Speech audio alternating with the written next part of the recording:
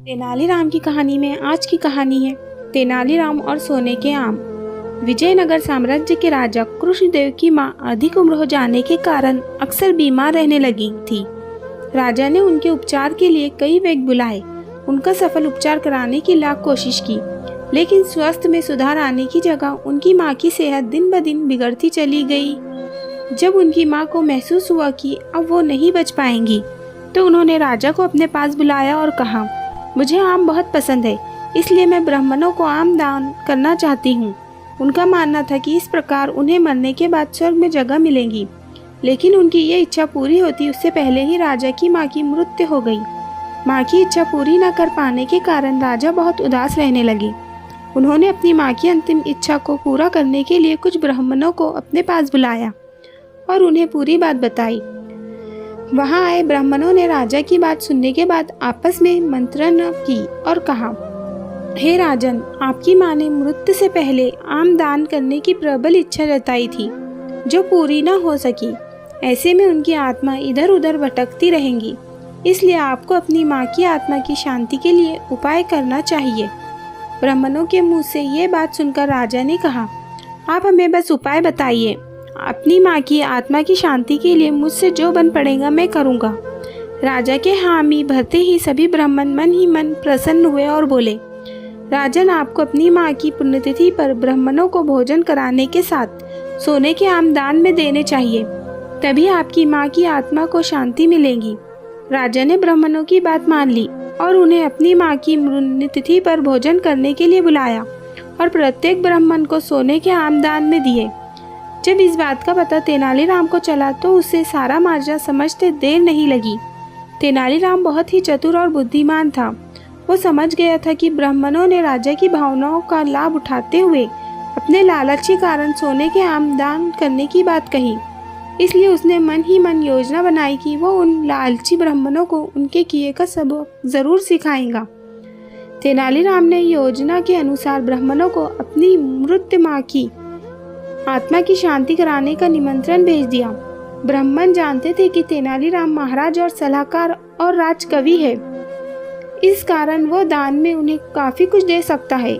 इसलिए सभी ब्राह्मणों ने तेनालीराम का निमंत्रण स्वीकार कर लिया और तेनालीराम की मां की पुण्यतिथि पर उसके घर जाने का फैसला किया। तय समय पर सभी ब्राह्मण तेनालीराम के घर पहुंच गए। तेनालीराम ने सभी ब्राह्मणों को बड़े ही आदर और सत्कार के साथ घर में बिठाया और स्वादिष्ट भोजन कराया। जब सभी ब्राह्मण भोजन कर चुके तो तेनालीराम ने अपने घर के नौकर से लोहे की गर्म सलाखें लाने को कहा।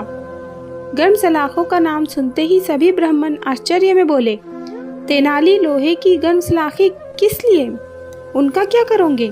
तेनालीराम ने मुस्कुराते हुए जवाब दिया, जब मेरी माँ बीमार थी, उनके शरीर पर फोड़े हो गए थे। उनकी आखिरी इच्छा थी कि मैं उनके फोड़ों की गर्म सलाखों से सिकाई करूं, ताकि उनका दर्द कम हो जाता, लेकिन मैं ऐसा कर नहीं सका और उनकी मृत्यु हो गई। यही उनकी आखिरी इच्छा थी, तो अब मैं आप सभी को गर्म सलाखों से दागूंगा, जिससे मेरी माँ की आत्मा को शांति मिल जाएगी। तेनालीराम की इन बातों को सुनकर सभी ब्राह्मण थरथर कांपने लगे। वो बोले, अरे तेनालीराम, हमें दागने से तेरी माँ की आत्मा को शांति कैसे मिल सकती है?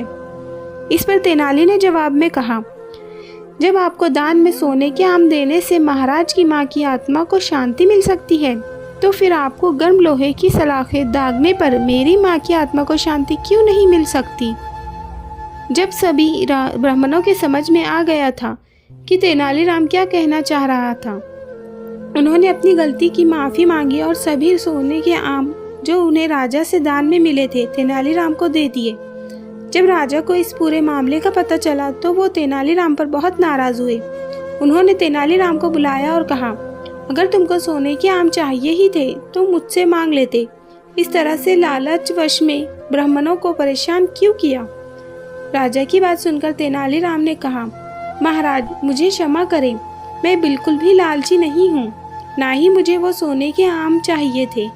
मैं तो बस ये ब्राह्मणों की लालची प्रवृत्ति को रोकने की कोशिश कर रहा था।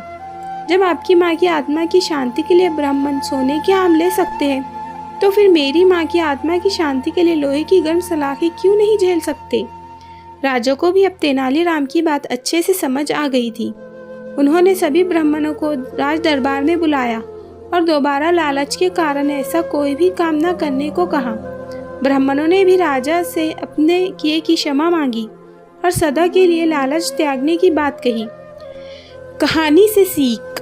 तेनालीराम और सोने के आम कहानी से ये सीख मिलती है कि लालच का फल हमेशा बुरा ही होता है, इसलिए लालच को कभी भी मन में घर नहीं करने देना चाहिए।